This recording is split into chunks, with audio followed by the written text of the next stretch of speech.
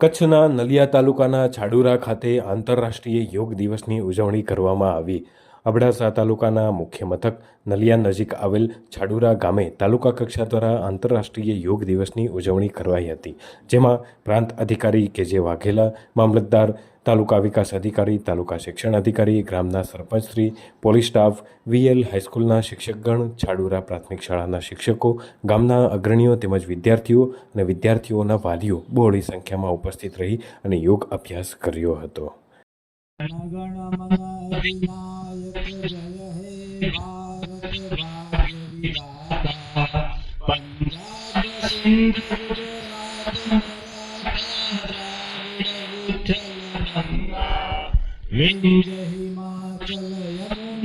गंगा उच्छल जलधि तरंगा तव शुभ नामे जागे तव शुभ आशीष मांगे गाहे तव जय गाथा जनगण मंगलदायक जय हे भारत भाग्य विधाता जय हे जय हे जय हे जय जय जय जय हे स्कॉट मिश्रा।